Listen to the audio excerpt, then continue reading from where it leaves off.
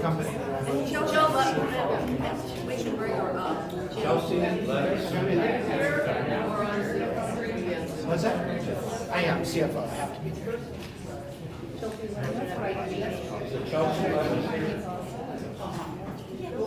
so she's gonna be on Zoom. I think we should. Margaret Talbot.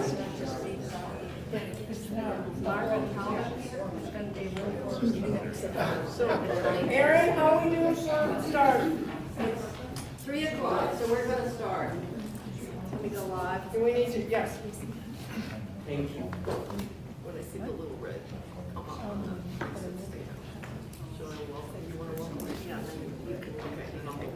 I have nothing else. He's such a good host. My goodness.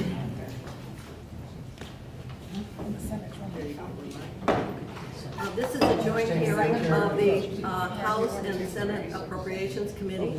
I'm Senator Jane Kitchell and I chair Senate Appropriations. We want to welcome you today. We have a very long list of people who will be testifying, so we have a timekeeper. Representative Blanford will go through the rules. So with that, we're going to get started and we will have sort of the requirements of today and how we keep on schedule. And we have a Representative Harrison will call your name, and if we can't pronounce it correctly, we apologize, but sometimes it's difficult. So I'm going to yield to my colleague on the left, Senator Lamford. Thank you, Senator Kitchell. So Representative Lanford here, and I chair the House Appropriations Committee with this terrific team.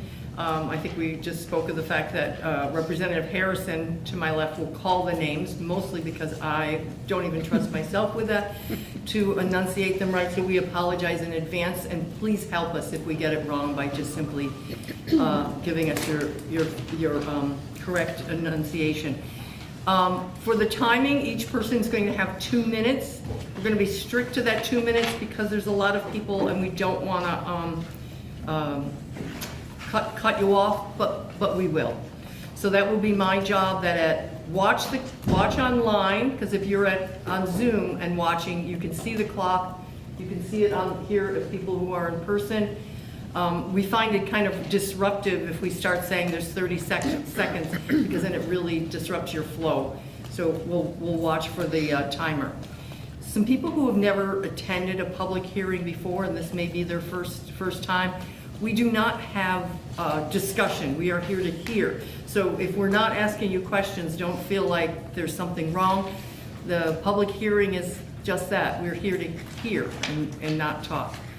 If you have written testimony and would like to submit it, or if you don't fit it in your 2 minutes, you are very welcome. As a matter of fact, I even encourage, if once you've stated, to email it to Aaron, our committee assistant, the same email address where you signed up, and we keep a public hearing folder, and we do read them. And with that, I think we can get started. Okay, so I'm going to call the name, and as my two colleagues have already gave me an excuse on a mispronouncing your name, I'm sorry, I apologize up front. I'm going to call a name and then I'm going to say who's on deck. I do not know whether a person is online or if they are in the room. So if you're in the room, if you're on deck after the person's testifying, please be ready to move into the seat immediately. So first off is Chelsea Regis, and on deck is Laura Glenn Davidian. Hi everybody, I am online and trying to start my video, but the host needs to allow that.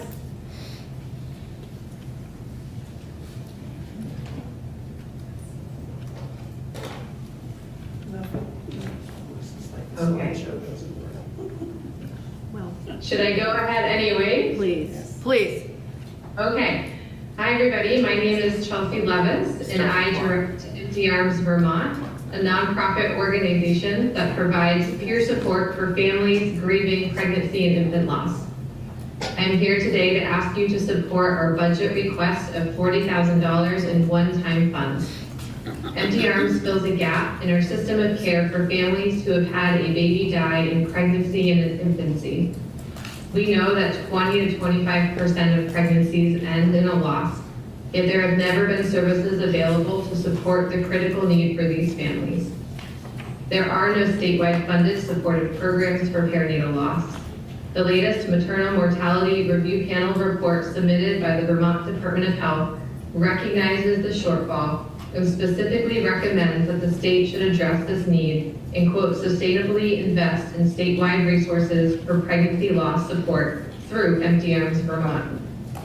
While the VDH has provided some federal grant funding to support our work, we are asking legislators to consider the review panel's recommendation and provide needed funds to allow our organization to continue the service to Vermont families. Let us not underestimate the need for support after pregnancy and infant loss.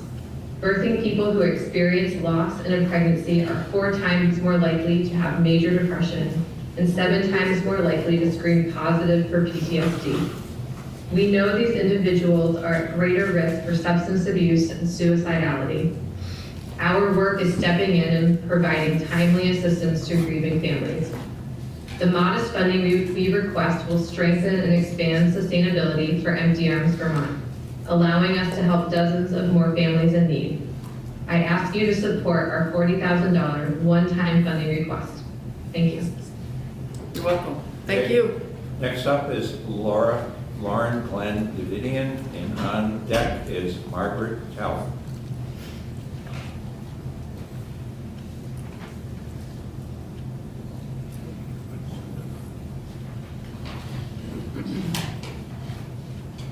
Erin, is she there? She's not Let's there. keep going. Okay. Okay, so up now is Margaret Talbot, and on deck is Betsy Rosenbluth.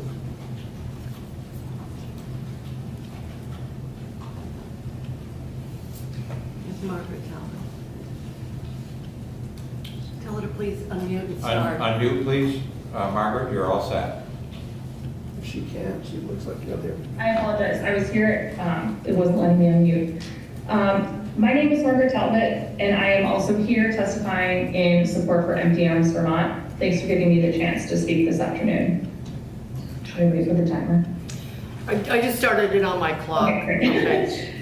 I am here testifying today to advocate for funding for Empty Arms Vermont, an organization that provides peer support for families whose babies have died through miscarriage, stillbirth, early infant loss, or termination of a pregnancy for medical reasons.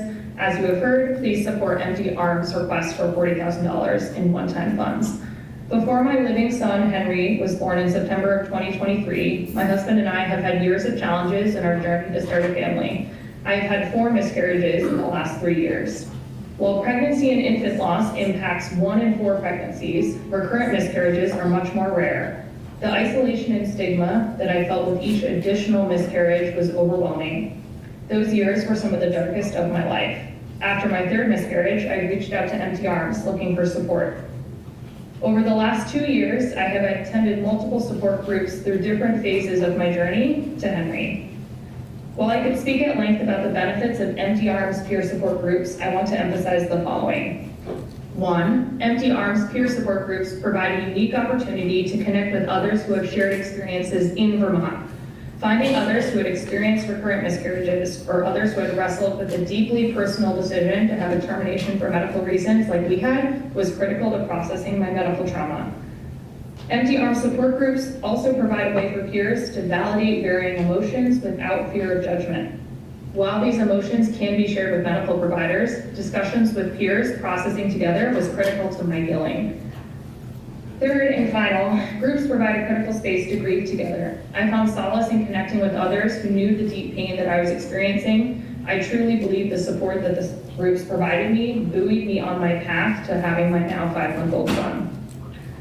I have found deep community and comfort in the peer support groups that Empty Arms has facilitated. These support groups are filling a critical need in the state. I ask for your support in this one-time funding request. Thank you.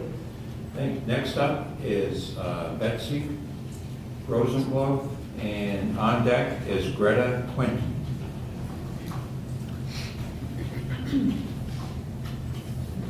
Go ahead. You need to unmute.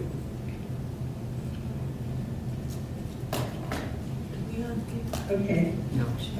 Good afternoon. My name is Betsy Rosenbluth, and I'm the Farm to School Director at Shelburne Farms, and I'm a member of the Vermont Farm to School and Early Childhood Network.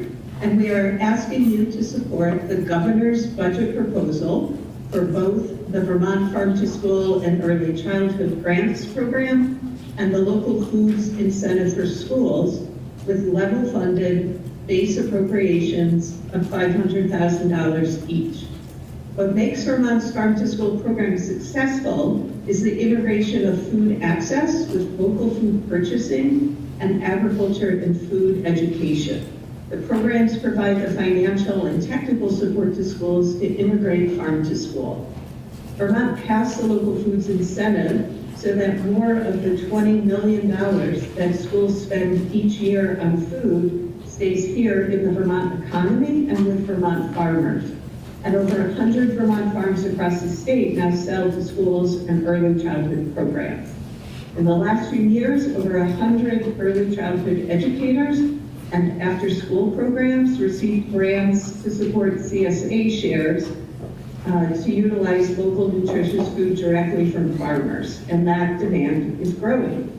Farm to School is a win-win-win, so that while we provide our children critical nutrition, they're understanding what that food does for the health of their bodies and their communities, while benefiting our local farmers and building healthy habits and a connection to Vermont foods for a lifetime.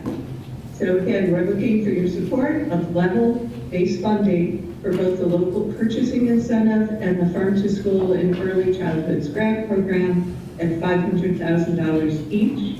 These programs support Vermont farmers and Vermont children. Thank you so much. You're welcome, thank you.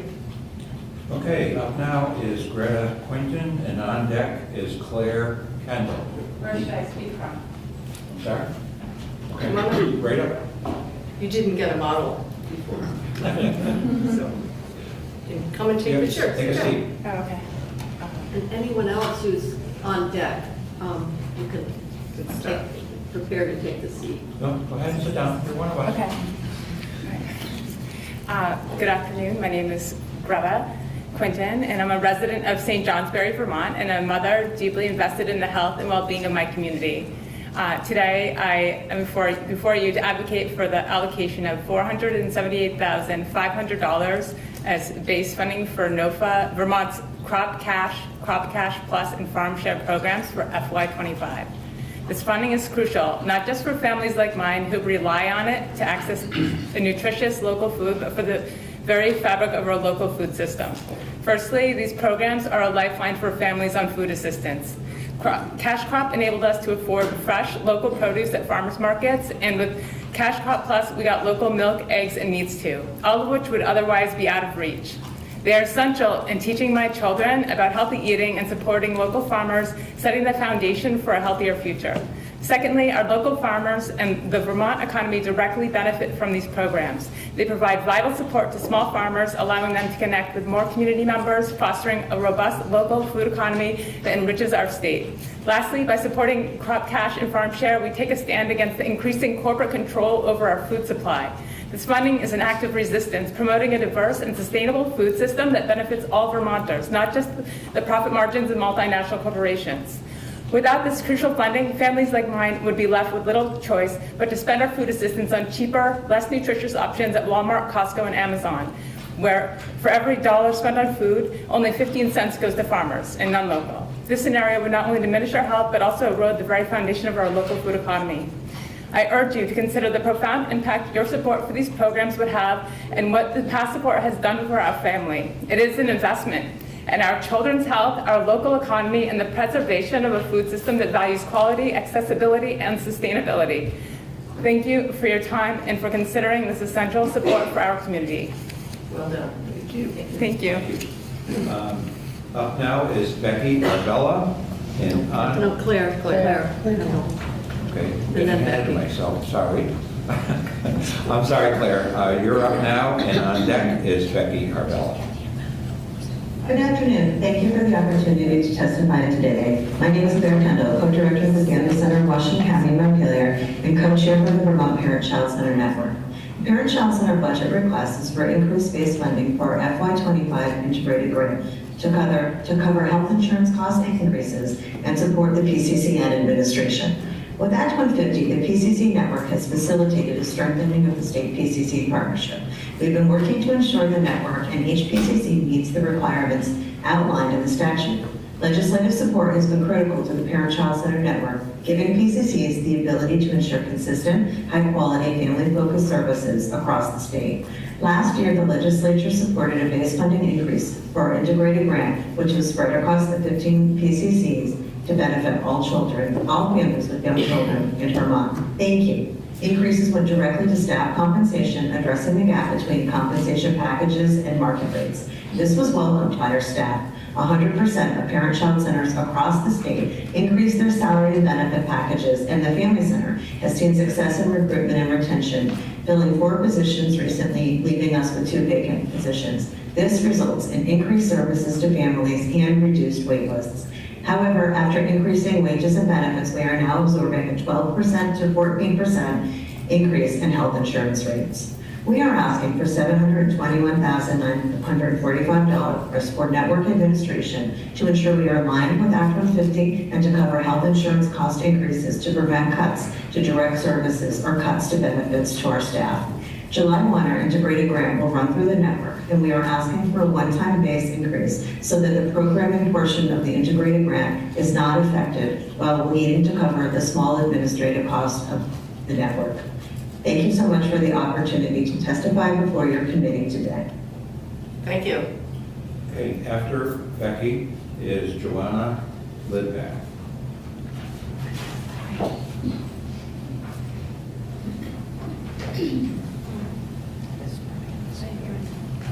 Unmute yourself. There she goes. Good afternoon. My name is Becky Arbella. I am the Director of SASH and Resident Services at Sherry's Housing. We oversee not only our residents, but the SASH program in both Bennington County and the Deerfield Valley of Windham County. I am here today on behalf of the Vermont Food Bank requesting base funding of $5 million to continue their great work. In 2014, I started with the SASH program and partnered with the Vermont Food Bank. I was surprised and very naive to learn that many of our older Vermonters had to choose between groceries or their medication. This to me is unacceptable in the world we live in today. I have made it one of our missions to work with the food bank in helping our older Vermonters have food security. We have partnered with the Vermont Food Bank since 2015. The food bank was very instrumental during the pandemic, helping us at Sherry's Housing in the town of Dover open a food shelf in the valley for a food desert caused by influx of people coming to the towns during COVID. Without this food or assistance, many would have gone unfed.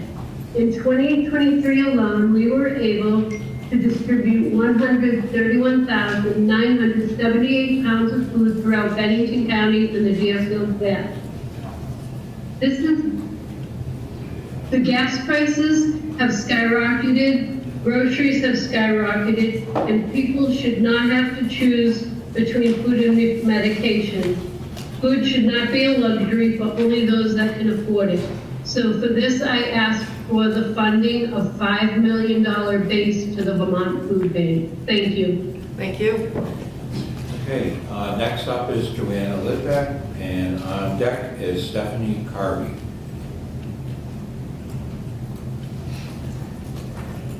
Hi, good afternoon. My name is Joanna Lidbeck. I am the chairperson of the Board of Supervisors for the Orleans County Natural Resource Conservation District. My husband and I have a certified small farm in Westmore. I'm here today to request an increase in base funding for the Natural Resource Conservation Council by $2.5 million for a total base budget of $3 million to address the chronic underfunding of Vermont's natural resources conservation districts and support our state's conservation delivery system. Vermont's natural resource conservation districts work with landowners, businesses, municipalities, and farmers like me to help build climate resilience for our state. Particularly, we have worked closely with our district manager on my farm to address compliance with the required agricultural practices that added increased but necessary regulatory burden on my small farm. We have improved our own practices as it relates to climate resilience through no-till planting and spreading manure solids and liquid manure in a more timely and efficient manner. And we have embarked on our own conservation projects, such as participating in the Trees for Streams program, shoring up our stream banks and protecting our water quality. Without the conservation district's help in identifying our deficiencies, as well as opportunities, and then also navigating the generous grants and funding programs that are available to us through the state, working lands, federal programs, and others, we may not still be here today, certainly not having turned the table in building our own climate resiliency and embarking on our own conservation projects. I'll restate again my request, please increase the base funding for the Natural Resources Conservation Council by $2.5 million for a total base budget of $3 million to address the chronic underfunding of Vermont's natural resources conservation districts and support our state's conservation delivery system. Thank you. Thank you. Okay, next up is Stephanie Harvey, and on deck is Sam Main.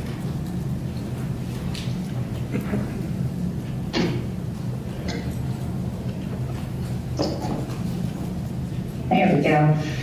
Good afternoon, everybody. My name is Stephanie Harvey. I live in Rutland City, and I'm the co-executive director of the Rutland County Parent-Child Center. I am also here to request an increase in base funding for the Parent-Child Center Integrated Grant by $721,945 to cover health insurance cost increases and support PCCN administration. Our agency supports a plethora of services, including Learning Together, a high school program for pregnant parenting and at-risk youth, multiple food pantries available to all families regardless of income, Gaining Ground, a new program ready to boost families to the next level of their education and careers, Children's Integrated Service Teams Families Up with caseworkers who provide a wide array of early intervention services and family supports, and my personal favorite and area of expertise, early childhood education. As a licensed educator, my heart will always belong to the young children we serve, but I've always felt there's so much more to do outside of the classroom to help their families who are ultimately their foundation.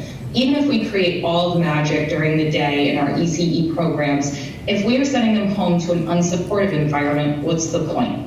Our CPCC is dedicated to removing barriers. We want to see families get to the next step. This two-generation approach is what our community needs to positively pave the way for new opportunities for our children. Our staff are our family too. They deserve the same support, which is why we are working equally as hard to provide them with benefits equal to other fields, such as access to affordable health care. That's just one tiny piece of the puzzle, and why we are asking for your support in increasing the base funding to the Parent-Child Center Integrated Grant by $721,945 to cover health insurance cost increases and support PCCN administration. Thank you for your ongoing support for Vermont's children and families, and thank you for your time today. You're welcome. Okay, next up is Sam Main, and on deck is Susan Arnoff.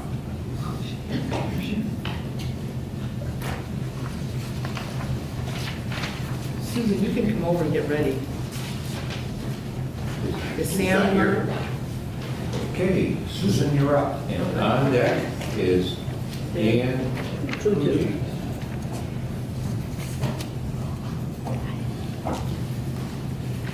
Hi. Good afternoon. My name is Susan Aronoff. I am the Senior Planner and Policy Analyst for the Vermont Developmental Disabilities Council. It's a pleasure to see you here today, and thank you for the opportunity to testify. I will be submitting a written statement. In the meantime, I'm just going to be reading from it and looking up every now and then to make sure you're still with me. So the Developmental Disabilities Council is unique in state government. We're entirely federally funded. You'll see a line for us in your budget, but we get some in-kind services from the state, state offices. We pay for more and more of our state support, our IT support. But anyway, emails from me, you will note, come from a vermont.gov address. I need to start all of my testimony with a disclaimer that while I'm housed in the Agency of Human Services Secretary's office, since we are entirely federally funded and a creature of federal law, every state and territory has a Developmental Disabilities Council. In exchange for that federal funding, the state has to enter into some memorandums of understanding, and one of those is that we are free to advocate. We advocate for our council members, 60% of whom are people with disabilities and their family members. And we might take positions that are 100%, lined up with the governor's recommended budget, but we are free to disagree. And reasonable people can disagree. And it won't surprise you to know that we disagree with the governor's recommended budget that's here before you today. And I'm just going to focus on two key areas, housing and services. So services, the Department of Disabilities, Aging and Independent Living, their motto is make Vermont the best state to grow old and live with a disability. It's level funded, that's a cut. Our people are approved for 30 hours of services a week, 20, they're getting 2 and 3. They've been coming here to talk to you. And housing, you'll hear from all the people with the housing grants. We need actual money, not just the planning grants. 10.5 million is our ask, and we'll submit the details soon. Thank you. And thank you for your service, all of you.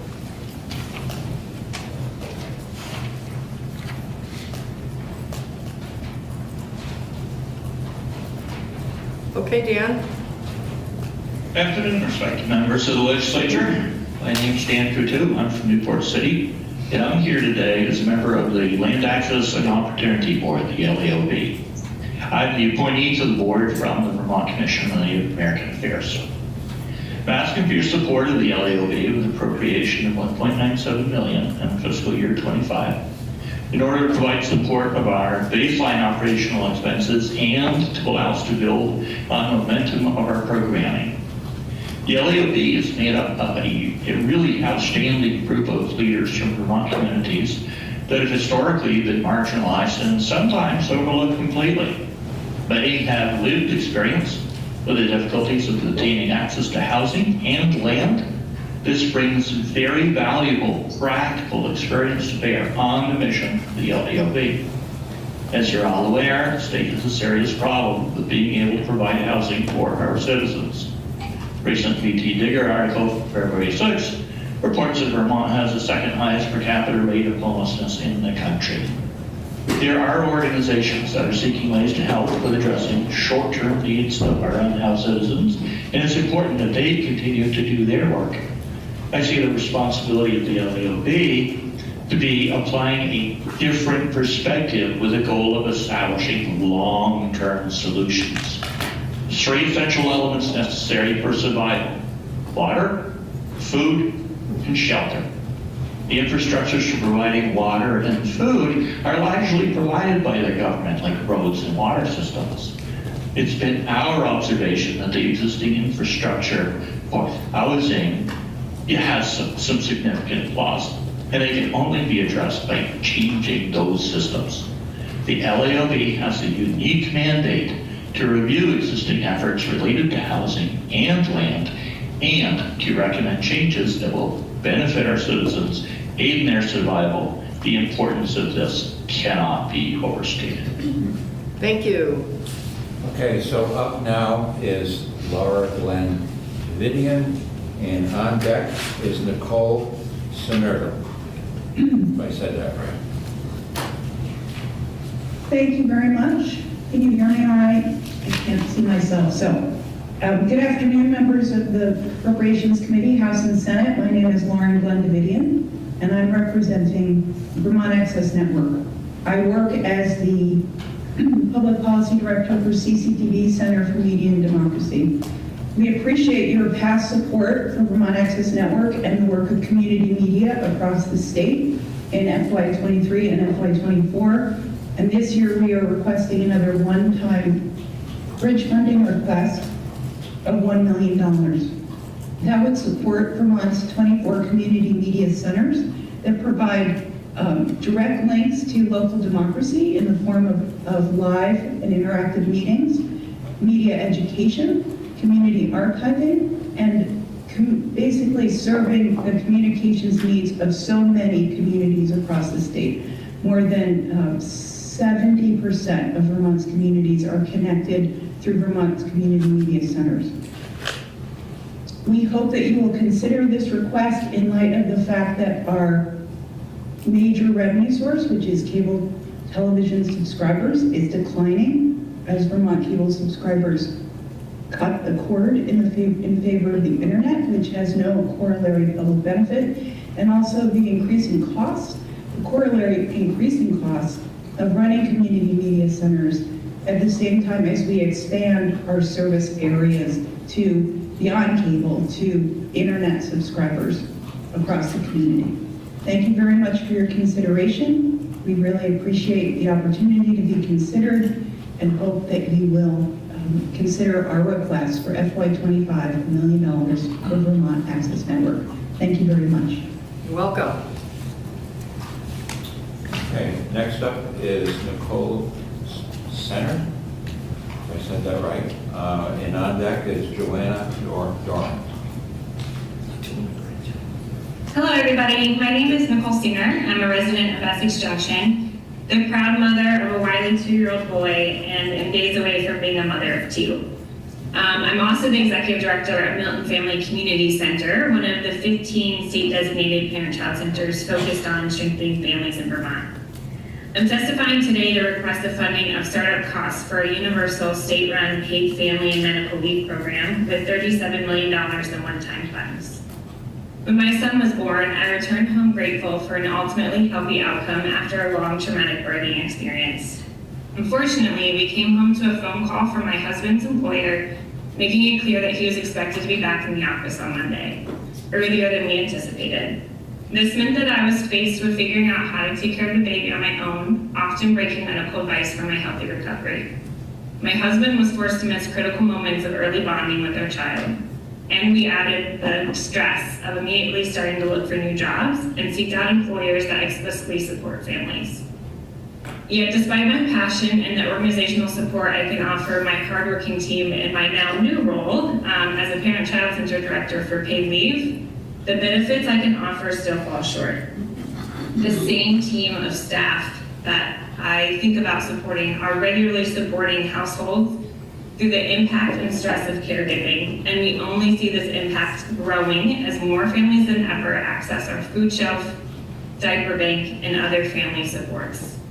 In fact, we saw a 65% increase in individuals accessing our food shelf in January 2024 compared to January 2023.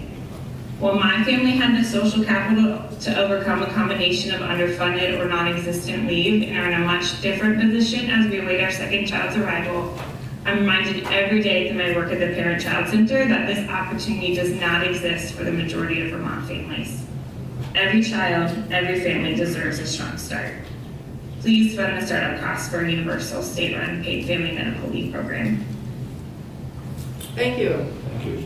Joanna Doran is up now, and on deck is Pamela Krause.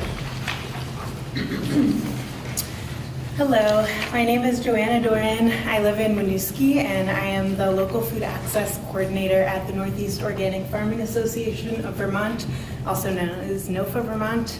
At NOFA, I administer the Crop Cash Plus and Farm Share programs. Thank you so much for listening to my testimony. I'm here to ask you to please support $478,500 in base funding for NOFA Vermont's Crop Cash Plus and Farm Share programs to strengthen farm viability and address food security. The Crop Cash and Farm Share programs provide financial assistance to low-income Vermonters to buy fresh food from their local farmers. These statewide programs are truly a win-win because with every dollar, low-income Vermonters can purchase more healthy, fresh, local food from their farmers that they would not be able to purchase otherwise And at the same time, Vermont farmers are receiving a reliable, fair price for their goods. Investment in these programs through NOFA has quadrupled between 2019 and 2023, and the demand has increased even more than that. It's been a much faster rate of growth than our current funding sources can keep up with, and we need state funding to fill in those gaps.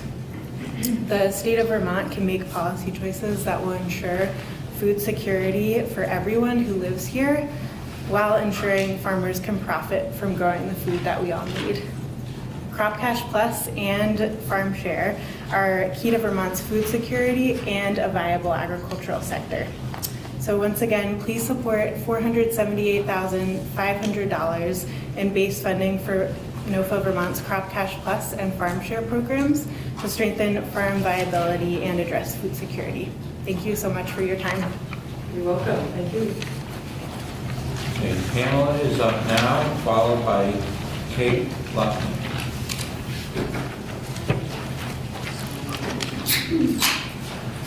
Good afternoon. My name is Pamela Kraus, and I'm the Executive Director of Vermont Companion Animal Neutering, also known as VTCAN Spay Neuter Clinic, and I'm a member of the Vermont Humane Federation.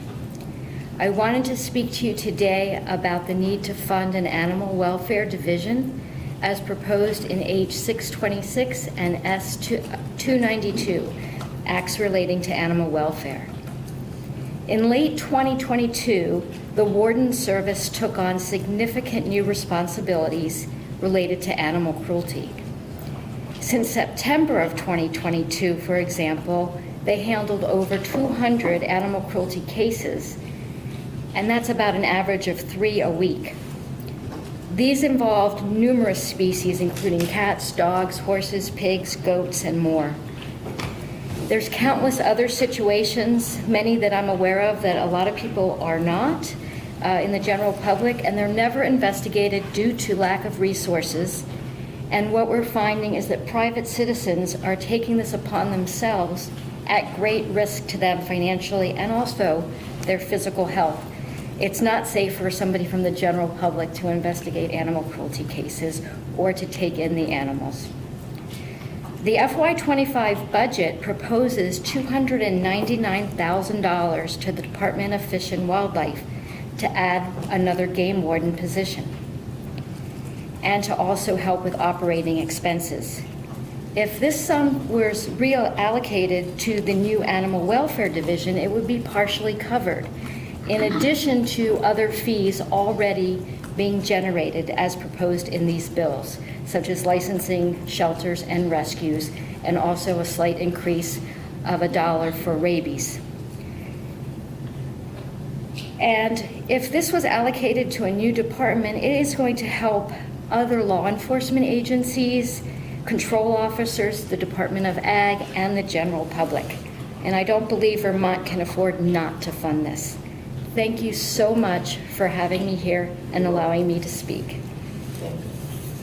Okay, up next is Kate Luckman, and on deck is Tom Brewer. Good afternoon. My name is Kate Gluckman, and I am the Director of Serve, Learn, Earn, a workforce development collaborative of nonprofits, including Vermont Youth Conservation Corps, Vermont Works for Women, Audubon Vermont, and Resource. So for the last 3 years, we have benefited from one-time public funding for our paid service and training programs, and we are grateful, and I want to thank you for that support. With that funding, we have been able to serve over 1,300 Vermonters, provide 9,500 weeks of training and service. We've worked with over 370 Vermont employers, connecting them with trained and eager employees. And we have paid $3.84 million in wages and stipends to our participants. On top of that, our participants have completed critical service projects in the areas of conservation, flood recovery, food access, and education. Despite the critical needs in workforce development in the state, we were not included in the governor's budget. And so I'm asking today And we are rallying our champions in the legislature to include a $2.37 million base budget allocation this year. Sustained funding in the base budget would enable our programs to serve more Vermonters, to expand to new areas of the state, complete larger and more complex service projects, and to help more employers connect with trained folks in their critical open roles. Our programs are moving folks out of poverty and into family-sustaining work, and while helping Vermont address our really important climate, energy, and housing goals. For us, Serve, Learn, Earn is a win-win for Vermont.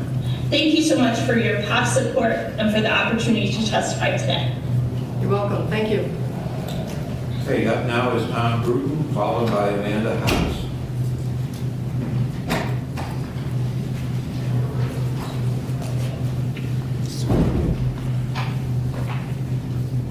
Go ahead, Tom.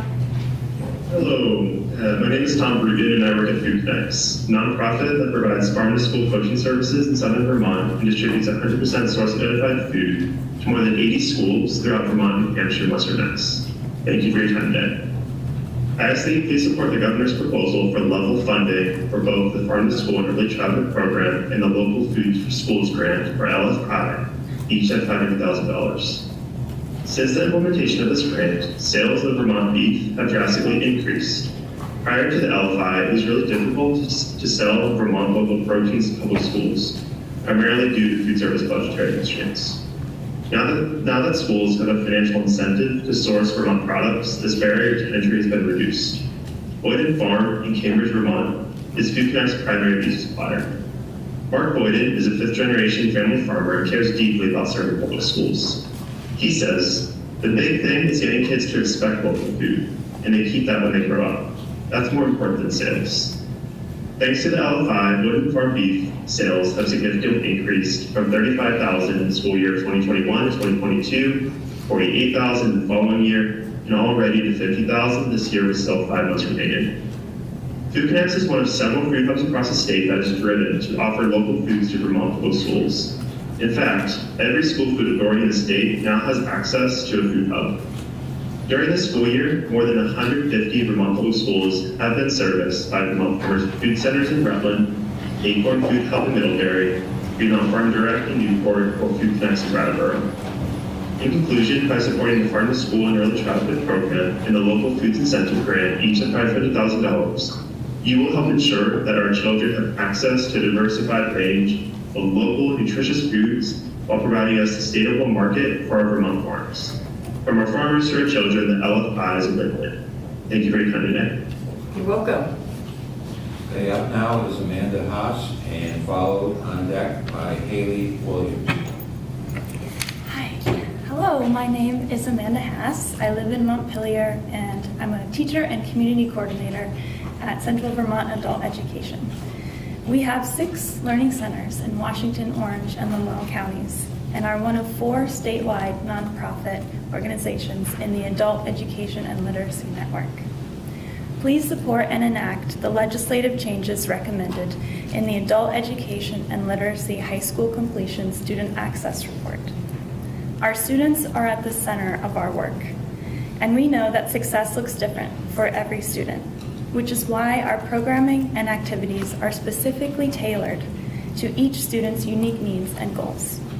For example, I work with English language learners, and one of my students is working diligently to obtain her GED. Though her English speaking skills are high intermediate, she did not attend formal school past the 3rd grade in her home country. Therefore, we've had to adapt the standard GED curriculum to her current learning level and needs. This will help bridge the gap of her being a non-native English speaker. Once she obtains her GED, she plans to take business classes to fulfill her dream of opening an Asian grocery store and deli here in Montpelier. Meanwhile, I'm helping a group of Afghan men read through the CDL commercial driver's license manual, while also teaching their wives how to read and write for the very first time, with hopes of one day being able to obtain their own high school credential. We know that increasing literacy in reading, writing, math, and technology will open doors for students. So, we help them acquire the specific knowledge and confidence needed to achieve their goals and to have agency in their own lives. Please support and enact the legislative changes recommended in the Adult Education and Literacy High School Completion Student Access Report. Thank you for listening. You're welcome. Thank you. Okay, up now is Haley Williams, followed on deck by Charlie Glisserman. Hi there, thanks so much for having me. My name is Haley, I'm from Prosperity, Vermont, and I work as the local foods coordinator and Hardwick Farmers Market manager through the Center for an Agricultural Economy. For the last 2 years, I have helped implement the Crop Cash and Crop Cash Plus programs at our local farmers market. I've witnessed firsthand how impactful these programs are, and I've also seen them grow the need for them exponentially. Crop Cash and Crop Cash Plus help individuals and families meet their food needs while simultaneously supporting our local producers and strengthening our state's agricultural economy. I'm here in support of NOFA's request for $478,500 in base funding for Crop Cash and Farm Share programs. A little bit of data or background just from our market specifically. In 2022, we made 155 individual transactions, which resulted in just over $4,000 in sales for our vendors, which was about 6% of our market's total. Last year, in 2023, we about doubled the number of transactions, being just over 300. That resulted in about $15,000 worth of money flowing through the market to our producers, which was about 16% or 10% jump in total sales. It was huge for our market. I'd also like to share with you a short testimony that was written by one of our regular weekly customers who's a friend of mine. Share it with permission, of course. As two senior citizens struggling to make ends meet on a very low fixed income due to age and disabilities, we were relieved to have been found eligible for the SNAP or 3 Squares program. However, as grocery prices climbed ever higher due to the COVID emergency and beyond, we worried that it was getting harder and harder to afford the healthy foods which we had relied upon being able to access, which helped us maintain our lifestyle and dietary changes that we knew were helping us remain as healthy as possible. Fortunately, our local food pantry, the Hardwick Area Food Pantry, offered us a means to obtain high-quality produce while we were in an emergency, but we did not want to take food from many of our neighbors, which may have been an emergency rations provider. That caused consideration for us to use that service sparingly, even as occasional volunteers. Then we learned of the Crop Cash program.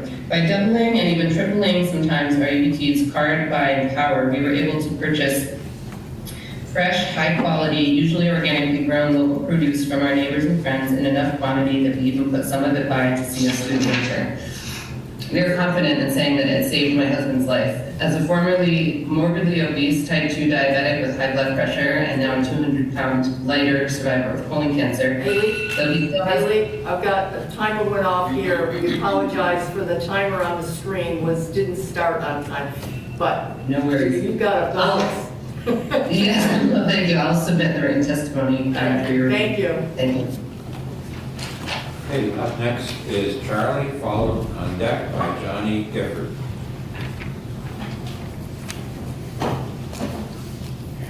Good afternoon. My name is Charlie Glisserman, and I'm the Advocacy Director at AARP Vermont.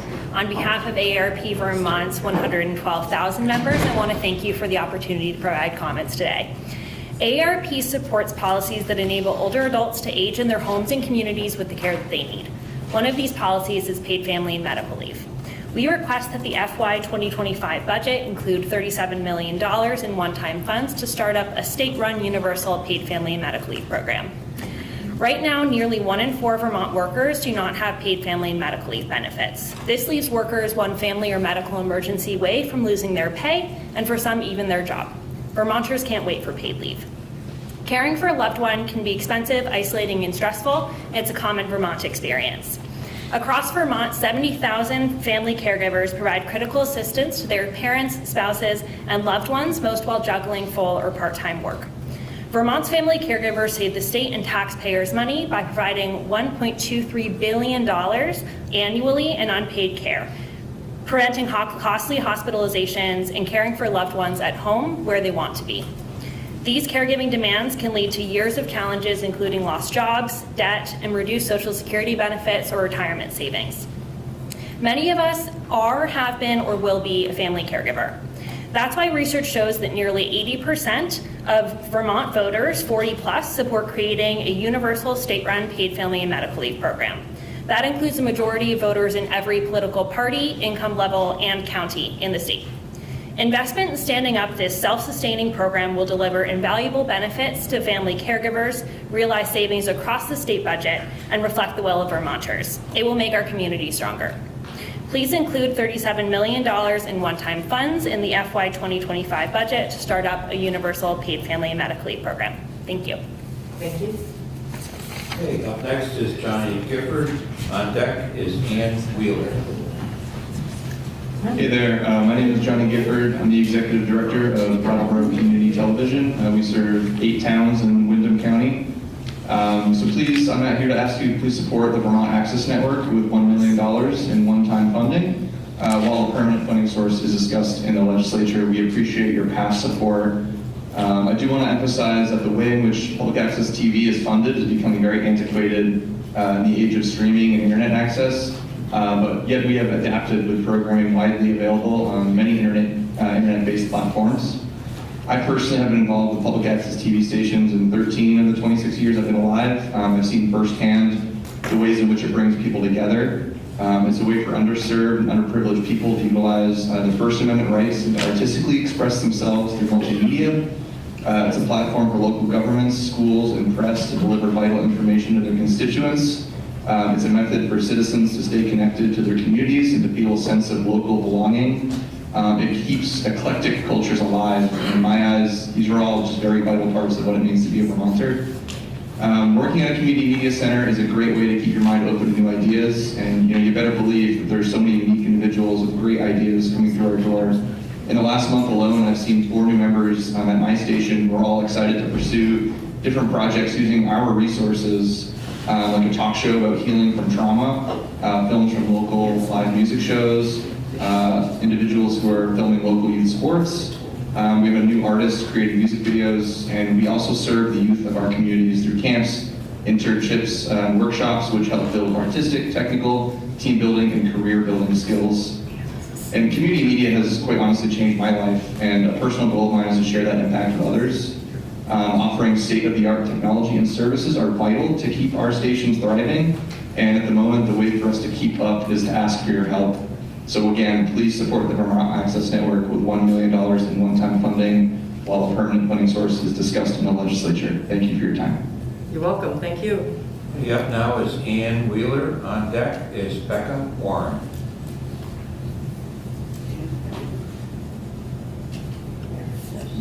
Ann, you're up. There you are. Good afternoon. Please allow myself to introduce myself. I am Ann Wheeler, and I work for Easter Seals Vermont as the Post-Permanency Program Coordinator. I'm here to request you consider base funding for post-permanency services programs by $300,000. Adoption of a child is often one of life's most rewarding yet challenging decisions. Children who have been adopted through the Department of Children and Families, DCF system, often have significant challenges regarding adjustment issues, psychological scars, and relational deficits. Post-permanency services can be instrumental in helping parents weather the storm of caring for a special needs adopted child and preventing adoption failure.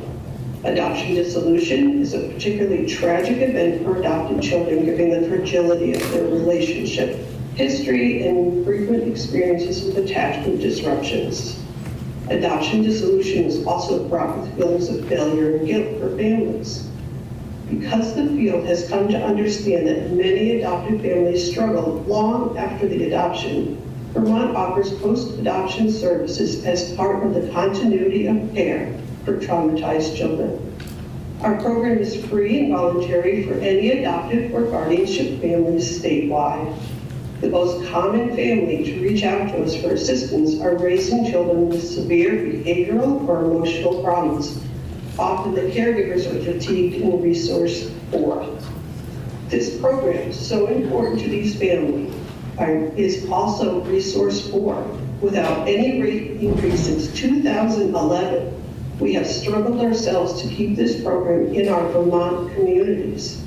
Once again, I'm requesting you please consider increasing the base rate for post-permanency services program by $300,000. Thank you for your time. You're welcome. Thank you. Okay, next up is Becca Warren. On deck is Grant John Gordon.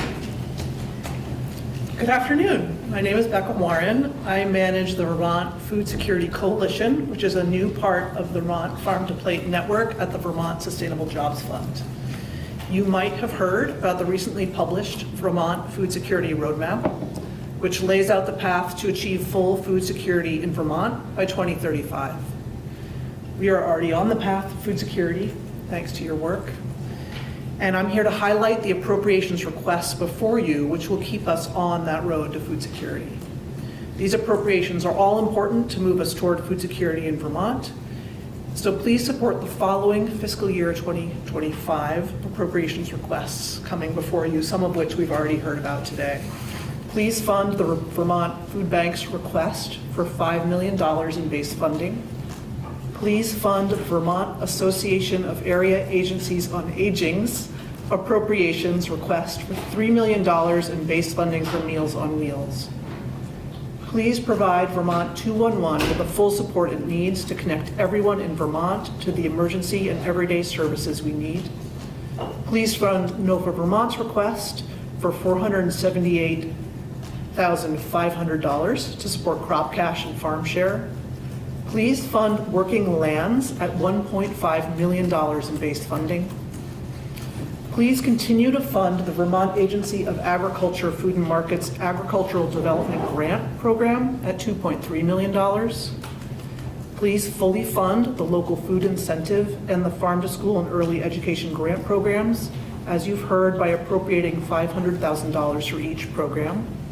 And please fund the Land Access and Opportunity Board with $1.97 million. Thank you. With your support of these projects and appropriations, our collective action on food security can be successful. Thank you. Okay, up now is Grant John Gordon, and on deck is Jean Hamilton. Good afternoon, and thank you for the opportunity to testify.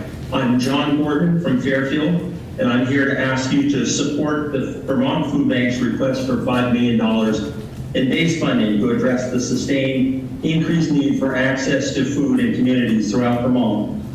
I'd like to take a second and describe how important the budget of the Vermont Food Bank is to those of us who are boots on the ground working to combat food insecurity. Along with 20 other volunteers, I run the Sheldon Methodist Church Food Shelf as a network partner of the Vermont Food Bank. We are currently serving between 350 and 400 families, 1,000 people, distributing between 20 and 25,000 pounds of food per month. To put that effort into a very sobering financial perspective, for the year 2023, the food I distributed represented between $60,000 and $70,000 every month, north of $750,000 of food for the year. I did that on a budget of $35,000. Before the pandemic, we were serving about 100 families a month. The pandemic doubled that, and recent inflation over the last year or so has doubled that again. Over 85% of the food that we provide to our clients comes from and through the Vermont Food Bank. Their funding is the foundation which I leverage to accomplish what we do at our food shelf. Collectively, the Vermont over 200 network partners of the Vermont Food Bank would multiply the $5 million in food bank funding into tens of millions of dollars of direct food aid going to families and children in every community all across this state. It's a return on investment that you can't beat. In closing, I'd like to share a story of what I think is Lily B's story. 30 years ago, we called ourselves an emergency food bank. People came, a few families. Now we're a grocery store, several hundred families who unabashedly state they wouldn't be able to feed their families if it weren't for what they get at our food shelf. I encourage you to include this money, this $5 million for the Vermont Food Bank. Thank you very much. You're welcome. Thank you. Up now is Jean Hamilton, and on deck is Angela Contis. Hello, everyone. Hi, my name is Jean Hamilton, and I'm the Director of Program Development with the Land Access and Opportunity Board. I'm here to ask you to support the LEOB with an appropriation of $1.97 million in FY25 to support our baseline operational expenses and to allow us to keep the powerful momentum of our newly launched programming. 2 years ago, you and your colleagues in the legislature created the LEOB in response to calls from the community to address systemic marginalization and oppression that continues to disadvantage certain communities from having safe and reliable access to housing and land. Last year, you designated $1.2 million to empower the LEOB to carry forward the actions laid out for you in our Sunrise Report. With that investment, the LEOB has built a sturdy foundation, including active board engagement, a clearly defined MOU with our administrative host, the VHCB, and our newly staffed co-directorship. With staff now in place, the LEOB is launching our programming, including engaging the wisdom of our communities and their lived experiences through community events, and working with partners across the state to identify and alleviate the barriers that create persistent gaps in home ownership and land access for Black and Brown communities, for the LGBTQIA+ community, and those with stigmatized differences like developmental disabilities and survivors of mental illness. Resourcing the work of the LEOB is an important step we can all take towards fulfilling the equity goals laid out by the state of Vermont. Please support the LEOB with our appropriations ask of $1.97 million. Thank you so much for your time and your service. You're welcome. Thank you. Up now is Angela Contis, and on deck is Mark Redmond. Hi, I'm Angela Contis, a resident of Jericho and board chair of the Vermont Access Network. So please support our $1 million one-time fiscal year 25 funding request, while a permanent funding source is being discussed right now in the legislature. So we're made up of 24 community media centers, and this funding will make us able to continue to say yes instead of maybe or no when our communities reach out for support. At Mount Mansfield Community Television in Richmond, where I've worked for 12 years, we say yes. If the MMU high school band director asks us to stream their winter concert, yes, we will definitely hire a student to do it. If the local select board has a special budget meeting before town meeting day, of course, yes, we'll cover it. After all, we processed 369 meetings last year, but who's counting? If our library is hosting a talk on Jericho's own Snowflake Bentley for his birthday, you guessed it, it's a yes, 1,000 times. The same goes for camp scholarships, candidate Q&As, 24/7 hybrid meeting tech support, and live streams from venues including fields and barns. We are still saying yes, despite the threat to our main revenue source, cable funding, as viewers shift to watching us online. We don't want to start saying no when it comes to helping our state, towns, cities, schools, and countless nonprofit organization partners, over 100 of which signed a letter which we're submitting from the Vermont Access Network. We're maybe most visible on town meeting day or graduation, but every day my colleagues throughout the state are behind the scenes nodding yes when it comes to supporting Vermont's civic, cultural, and community life.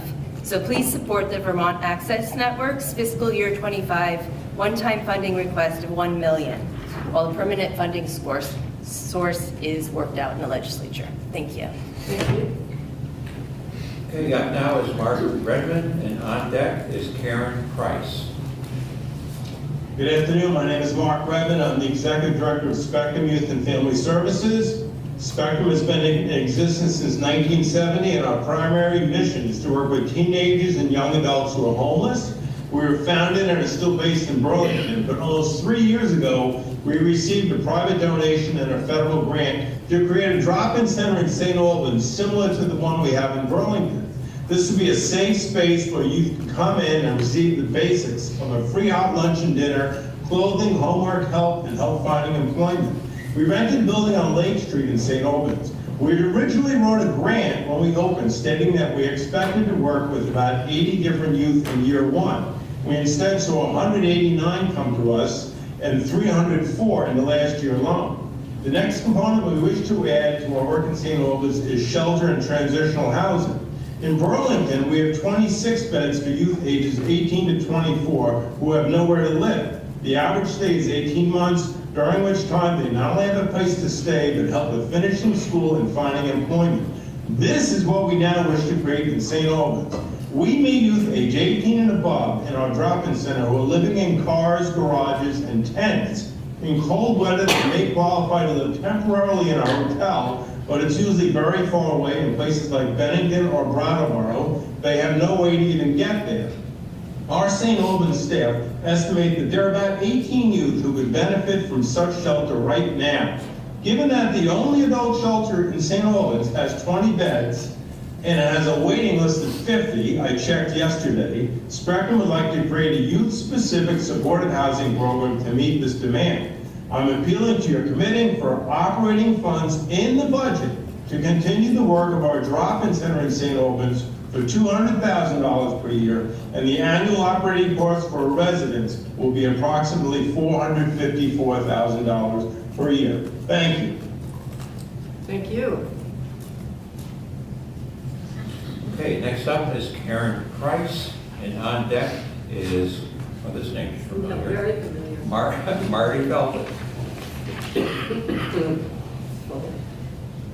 Hi, I'm Karen Price from Essex. I am in the Developmental Disabilities Housing Initiative, or DDHI, along with over 100 parents who, like me, have an adult child with an intellectual developmental disability and who will need a safe, stable home to live in when his father and I can no longer care for him. My 26-year-old son has a rare syndrome and will never be able to live independently due to his intellectual and medical needs. He requires help in all activities of daily living and supervision 24/7. Please support DDHI's request for $10.82 million for the implementation of 3 pilot planning projects under Act 186 and the continued annual development of service-supported housing for adults with intellectual and developmental disabilities until there is sufficient housing. When the Brandon Training School closed 30 years ago, Governor Dean said, "I'm proud to maintain the commitment of the state to the very kind of services that we still owe to the population that was once at Brandon and is now in the community. We will continue to assure that individuals receive support and services. We will continue to assure that these services meet acceptable levels of quality. We will continue to assure that persons receiving the services are free from abuse, neglect, or mistreatment. To assure that the folks taking care of the people needing these services have adequate training and support. So our commitment does not end with the closing of this institution. This promise has not been kept. Please support $10.82 million for the implementation of the 3 pilot grant projects and the annual development of service-supported housing for adults with intellectual and developmental disabilities. These are our most vulnerable citizens. Please do not abandon them. Thank you. Thank you. Okay, up next is Marty, and on deck is Carrie Staller. Taylor, sorry.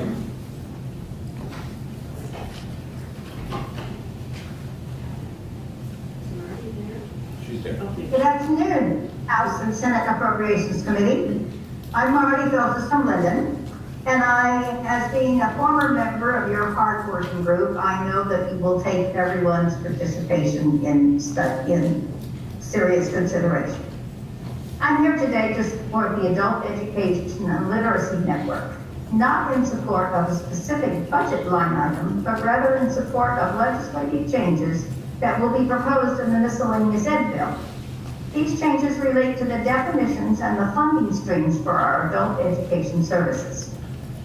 The changes that are recommended by the Adult Education and Literacy High School Completion Student Access Report, which you required in last year's budget, they are important to the Appropriations Committee because Their adoption will result in a much more streamlined delivery process of the services and implementation of a fixed funding mechanism. I recall in the years that I served on the Appropriations Committee, there was always confusion and concern regarding the stability and the sufficiency of the funding streams for this important work. The changes being proposed will result in a fixed revenue formula that will yield approximately $6.3 million each year versus the current disparate funding streams that have variable and uncertain yields. And as we all know, having stability and financial resources leads to better planning and delivering services. In my retirement from the legislature, I have joined the board of the Northeast Kingdom Learning Services, which is one of the organizations in the network. And I have seen firsthand how many of the students in my area use the services offered by NEKLS to help them qualify for one of the numerous workforce training programs Vermont has created in recent years. As you consider the FY25 budget, I hope you will see that this modest change in the program definition and funding stream will be one of those no-brainer decisions that will help us all. Thank you. Thank you, Marty. It's good to hear your voice. Okay, Carrie's up now, and on deck is Suzanne Ruthier. Hi, committee. Thanks for your time today. My name is Carrie Saylor, and I'm also calling in from Linden, and I work for the Vermont Food Bank. I'm asking you to support the Food Bank's request for $5 million in base funding to address the sustained increased need for food access throughout Vermont. Vermont has experienced drastic and devastating events in 2023 that had lasting impacts on food security. The end of the increased 3 squares benefits, record high inflation and food costs, and catastrophic flooding, just to name a few. Recovery from these cascading crises is more than any of our community organizations, partners, or neighbors can do on their own. To explain this better, I'm going to share the words of Emily Akman, a Montpelier resident. She shared with her permission. She's also submitted written testimony to you. She says, as a disabled Vermonter, my connection to this cause is rooted in the reality of relying on food assistance, weaving together resources like 3 Squares Vermont, Meals on Wheels through the Montpelier Meals Program, and weekly home deliveries from the Montpelier Food Pantry to sustain me through each week and month. With the end of pandemic EBT benefits, there's been a drastic monthly decrease in my 3 Squares assistance. Consequently, my dependence on my local food pantry and Meals on Wheels has significantly increased. Previously, I received $281 a month in 3 Squares, allowing me to purchase healthy month-long food supplies. Now, with just $23 a month, I rely on Meals on Wheels 5 days a week and a weekly home delivery from the Montpelier Food Pantry. Unfortunately, her experience isn't unique. A team at UVM found that 2 in 5, or 40% of people in Vermont, had experienced food insecurity in 2022. That was before all of the challenges of 2023. In fact, we hear from our partners that more people are visiting their sites more frequently now. The food bank and its network are the safety net to put food on neighbors' tables, and we stand ready to continue to partner with the state of Vermont. But we need financial support to continue to purchase and distribute food to meet the increased needs. I ask that you support the food bank's request for $5 million in base funding to address the need for food access throughout Vermont. I've also submitted a letter for your review signed by over 100 organizations from around the state. Thank you for your time. You're welcome. Thank you. Okay, up next is Suzanne Ruthier, and on deck is Jim Finger. Hi, I'm Suzanne Ruthier. I'm the Director of Outreach for Essex County in the Northeast Kingdom Community Action. I also live in Bloomfield. NECA is a partner organization with the Vermont Food Bank and helps support our multiple food shelves, of which I manage 2.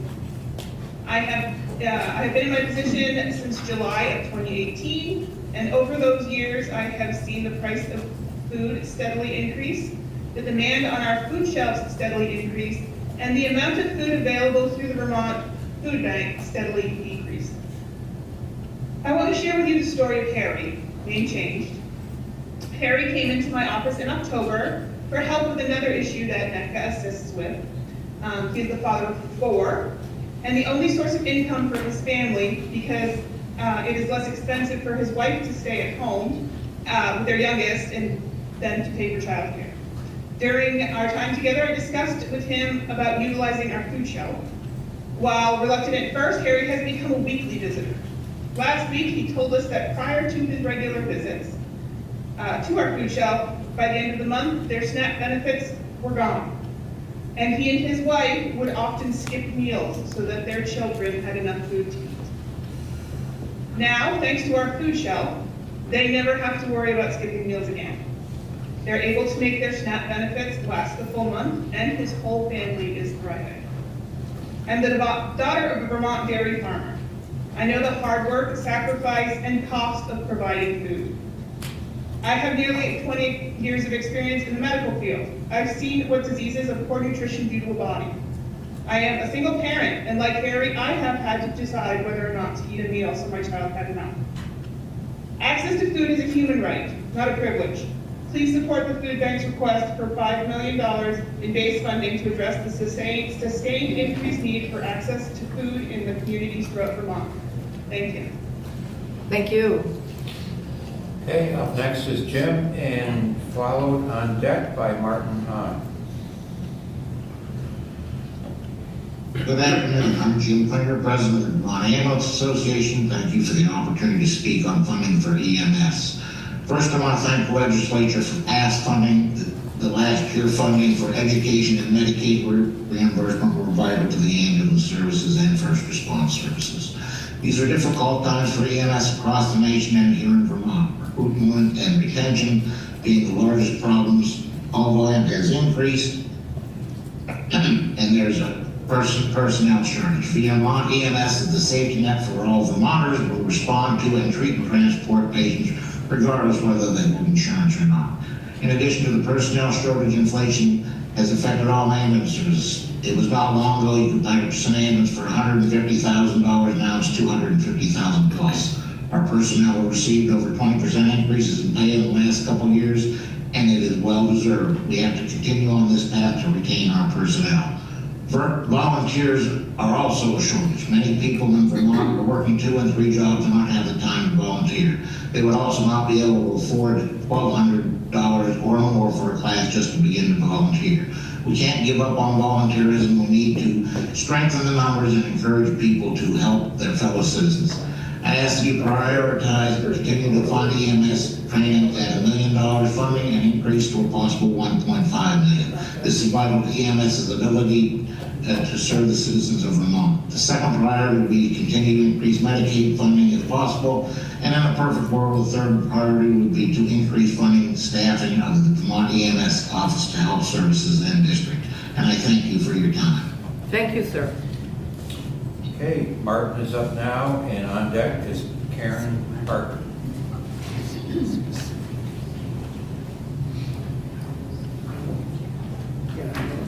Go ahead, sir.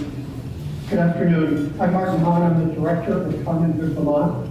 Common Good Vermont is a statewide program of the United Way of Northwest Vermont, and is a trusted resource and nonpartisan advocate for the state's nonprofit organizations. We support the success of these organizations through education, training, and advocacy. Common Good Vermont serves as a representative of the nonprofit sector to government and a connection between the two sectors. More than 6,300 Vermont nonprofits provide services, good jobs, and civic engagement that make our community stronger. Nonprofits employ 1 in 7 Vermont workers and contribute over $5.7 billion per year to the economy, making the nonprofit sector the second largest industry after state government.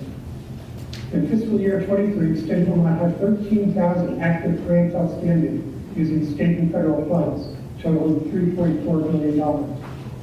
Common Good Vermont supports nonprofit grantees with training and education, including grants management, financial management, workforce development, short and long-term program planning and evaluation. We also provide data on the sector that is used by nonprofits and the state alike, such as our biennial Vermont Report on Workforce and the Nonprofit Wages and Benefits. Common Good Vermont provides services for Vermont's nonprofits akin to those provided by the SBA for businesses. It is not currently supported by any public funding. Our funding request aims to address this gap. Common Good Vermont seeks general fund support to continue to build our capacity to invest in Vermont's nonprofit sector. We request that the committee consider a grant of $200,000 in FY25 to support this critical privilege. Thank you for your time. Thank you, sir. Okay, so up now is Karen, and on deck, I'm going to probably get this wrong, Joseph. First It's Joseph. Is that close? Okay, thank you. Hi everyone, my name is Karen Harker and I live in Sharon, Vermont. I serve as the Regional Director of Vermont Adult Learning in Windsor County. I'm here today on behalf of the Adult Education and Literacy Network. We are asking that you please support and enact the legislative changes recommended in the Adult Education and Literacy High School Completion Student Access Report.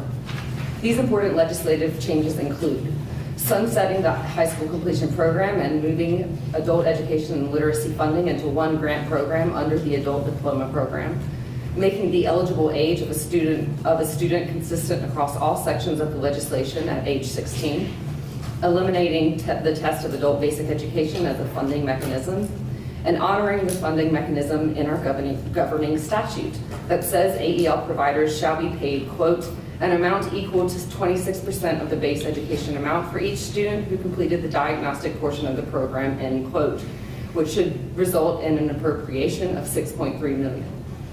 These changes to how we are funded support a sustainable future for the Adult Education and Literacy Network, a future in which we do not have to continually return to the State House asking for one-time funding each year. More importantly, these legislative changes make our programs and funds more accessible to students across the state. When students have access to our services, they are able to build assets that they need to move out of poverty and into jobs that serve Vermont's workforce.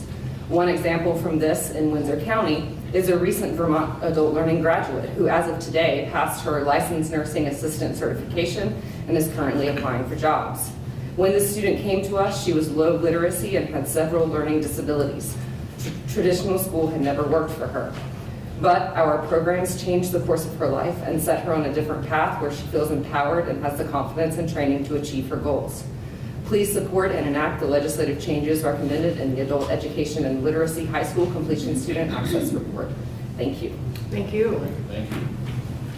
So Joseph is up now, and on deck is Teresa Hare.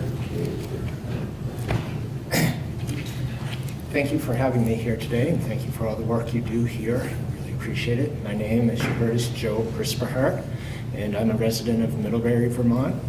And I'm here as the Program Director of Vermont Adult Learning, one of the 4 adult education and literacy providers here in Vermont.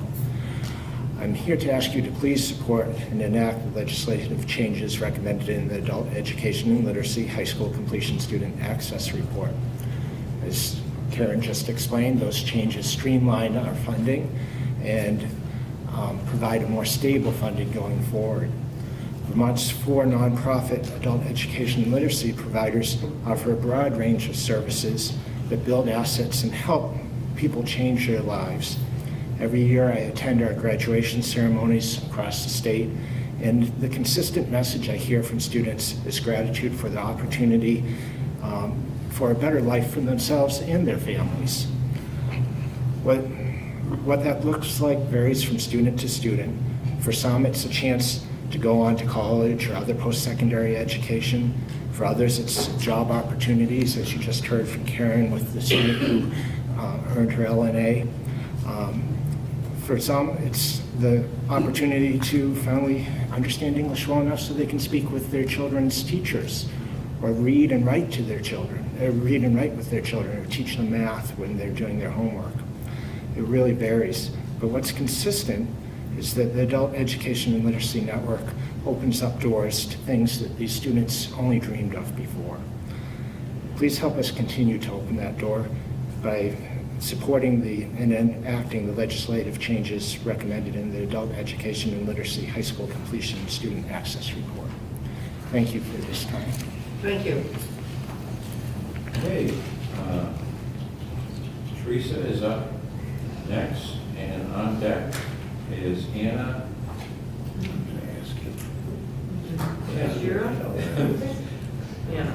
Anna Mahaya. I'm sorry if I got it wrong. Go ahead, Teresa. Hello, my name is Therese Hurt, and I reside in Canaan, Essex County. There is a chronic underfunding of Vermont's natural resources conservation districts. I am asking you to support conservation districts with a base appropriation of $3 million to support our state's conservation delivery system. To keep Vermont's notoriety of beautiful and pristine land, water, and other natural resources, more money should be awarded to the conservation districts to be the stewards of this portion of what makes Vermont, Vermont, especially here in the northern portion of the Northeast Kingdom. My relationship with the Conservation District began in February of 2021 with a conversation with Heather Johnson, former Essex County District Manager. At that time, she stated in an email, "I have been wanting to work at Wallace Pond for a while because of the shoreline degradation. I can see several issues from the main road and the Jackson Lodge Road. Unfortunately, we never met that spring as I was dealing with cancer treatment." However, in June of 2023, contact was made with Sam Main, who provided guidance on getting a meeting together along the shoreline assessments of interested parties. We had a great turnout for the meeting, even though Sam had met with the proprietors during the assessments and had already garnered information and had answered questions. It was a very productive meeting, and Sam is helping us set up a lay water quality monitoring program on the lake through Vermont DEC. Much work is needed at Wallace Pond / Lake Wallace. We look forward to continuing working with him to save our shorelines. In closing, please address the chronic underfunding of Vermont's natural resources conservation districts with a base appropriation of $3 million to support our state's conservation delivery system. Thank you so much for your service, time, and consideration. Thank you. Oops. I had my timer. That worked. Okay, Anna is up now, and on deck is Gary Dillon. Hello, my name is Anna Mejia. I live in Windsor County, and I represent the Vermont Everytown Project on the Land Access and Opportunity Board. The Everytown Project seeks to create access to land through alternatives to land ownership for those most impacted by systemic racism and who've been forced off their land and homes for generations. I'm here to provide testimony in support of the LEOB's appropriation request. As a state, we need to resource the work of the LEOB in a sustainable way that allows for future success and independence so that we can fulfill the state's equity goals. In the past few months, the LEOB has heard from various housing and economic development agencies about their programs and how they're integrating equity in those programs. This includes the Vermont Department of Housing, Housing and Conservation Board, Housing and Finance Agency, Economic Development Authority, Agricultural Credit Corps, and more. One key takeaway from this is the majority of these agencies have not taken intentional steps to promote equal access to their programs or track how equitable they've been in distributing program assistance. Some are oblivious to the barriers in access that marginalized communities face, which is a natural result when an agency lacks staff representation of those with marginalized identities, makes no effort to solicit feedback from those communities, or designate staff and resources to investigate the disparity in access. This is where the LEOB is uniquely positioned to fill that critical gap. The LEOB will investigate where state programs and investments are falling short of the state's equity goals and recommend how we can make different and targeted investments in those communities who have been long deprived of the opportunity to reap the benefits of those programs and investments. This year, the LEOB will lead a statewide equity assessment to continue to measure programs' impact on housing and land access. The result of this assessment will inform the LEOB's own grant-making programs and provide critical insight and recommendations to the full spectrum of organizations who play a role in the state's housing and land enterprise sector. Please support the Land Access and Opportunity Board with an appropriation of $1.97 million in FY25 for baseline operations and allow us to continue our critical work. Thank you. Thank you. Okay, Mr. Dillon is up now, and on deck is Joey Wood. Good afternoon. Thank you for giving me the opportunity to speak with you today. I want to talk with you and encourage you to support Senate 310, Section 48, Urban Search and Rescue Team. My name is Gary Dillon, and I'm the fire chief in Waterbury. Waterbury and the surrounding communities were one of the epicenters during Tropical Storm Irene. We encountered massive flooding, property damage, and serious risk to lives. Like many other communities, we needed a swift water rescue team to retrieve 2 members of our community. This is the same throughout the state. In July of last year, our state was hit with another storm and severe flooding. In Waterbury, we did not have the same level of flooding, but had an increase in the need for swift water rescues. Waterbury alone needed swift water rescue teams for 4 different incidents. One of those rescues was for a driver who attempted to drive through Whitecap River flooding and that split around a bridge. The water pushed the car up against the large boulders and stopped her from immediately going downriver. 2 New Hampshire teams were required to respond to be able to effect the rescue. Thereafter, the car spun around the boulder, and had the operator been in the car, it likely would have been a different outcome. The very same thing happened in Addison County, where 3 lives were saved from swift water rescue teams. Both Tropical Storm Irene and the July flooding were federal declarations. Again, in Waterbury during December, like other communities, we had additional flooding. And again, these teams saved lives in Addison County.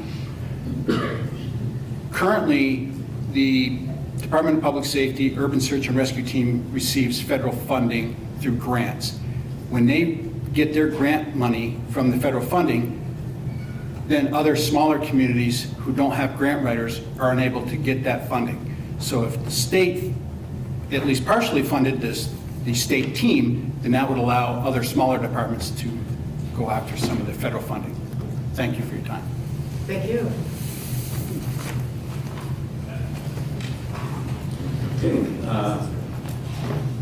Joey LaCourier, and on deck is Gina Aston, which I may or may not have read. Hello, my name is Joey LaHoyer. My husband Tony and I own and operate the Footbrook Farm in Johnson, Vermont. We grow certified organic vegetables and fruit, and we work very closely with the Northeast Organic Farming Association, known as NOFA. That organization, their staff, and their programs that they run are a vital part of our business.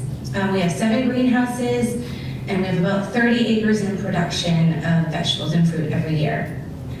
We have an on-site farm stand open from May until November, and it's fully staffed and open 7 days a week.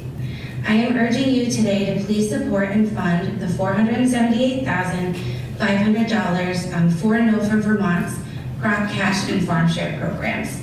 My reality is that the families that need and receive the support for their CSA shares will choose my farm stand given the opportunity. But without that incentive, I don't believe, and I have noticed in the past that they won't even come into the farm stand unless they're incentivized by that. Once they do visit, however, I've seen them return year after year. And for the foreseeable future, Johnson will not have a grocery store. It was lost in the flooding last July. My farm will be the only place in town to purchase healthy local fruits and veggies. Our demand is going to be much higher than normal. And as the farm, I wish I could help more and I wish I could donate more, but we are also trying to recover from the flood and need the next few seasons to go really well in order for us to recover. By funding the farm share program, the $478,500, you are helping not only our farm, but also the people in our community. Thank you for taking the time to hear me today and for all the hard work you're all doing. Thank you. Okay, up now is Gina, and on deck is Elizabeth Siler. Hello, and thank you to the Appropriation Committees for this opportunity. My name is Nigina Zimi, and I'm originally from Afghanistan, but I now call Vermont home. I arrived in this country in April 2022 with only my backpack. I'm deeply grateful I ended up here in Vermont. My sister arrived before me and spent 10 weeks living and learning on the World Learning or SIT campus in Brattleboro, while also receiving support from the local resettlement organization, the Ethiopian Community Development Council, ECDC, and dozens of community volunteers who introduced us to our new community here. Being first welcomed into transitional housing made it easier for refugees like us to connect with other refugees being resettled here and to support each other. Transitional housing on the campus allowed us time to heal as well as possible from having to leave our entire family and everything we knew behind. Most of the refugees who come to Vermont are choosing to stay here, and I believe a big reason for that is the transitional housing we have been offered. ECDC, World Learning, and UCRI welcome us with transitional housing for several weeks or months while we improve our English and sign up for health services and job training. Then we move to in our long-term housing, find jobs, and become active community members. I'm now a case manager working with ECDC, and I'm living in permanent housing in Brattleboro. I'm also part of an organization called Art Lords, a group of fun artists who paints murals in support of human rights and other social causes. Without your support for funding to enable transitional housing to continue this coming year, I'm concerned that future refugees will not thrive in Vermont and not stay. Thank you again, and I sincerely hope you will support refugees like me coming to Vermont and becoming new Vermonters. Thank you. You're welcome. Thank you. The last one, right? Well, we were just checking to see if there was any, sheets get updated and want to make sure that we don't get that wrong. But welcome, Elizabeth. Thank you. Thank you. So I'm Beth Steitler. I'm the Executive Director at Champlain Community Services. We are a specialized service agency serving people with developmental disabilities in Colchester. Thank you for the opportunity to be here. CCS is part of Vermont Care Partners, and we're asking for a 6.5% increase, which is $14.6 million. Legislative support over the past several years has been essential to our ability to keep people safe and housed and receiving the support and care they need. In my written testimony, which I think you have, I included a table showing the effect of your investment on turnover and vacancy rates for the last 5 years. I also included a graphic showing the impact of Vermont Care Partners on Vermonters. I was stunned that there was not a recommended increase for DAs and SSAs in this year's budget.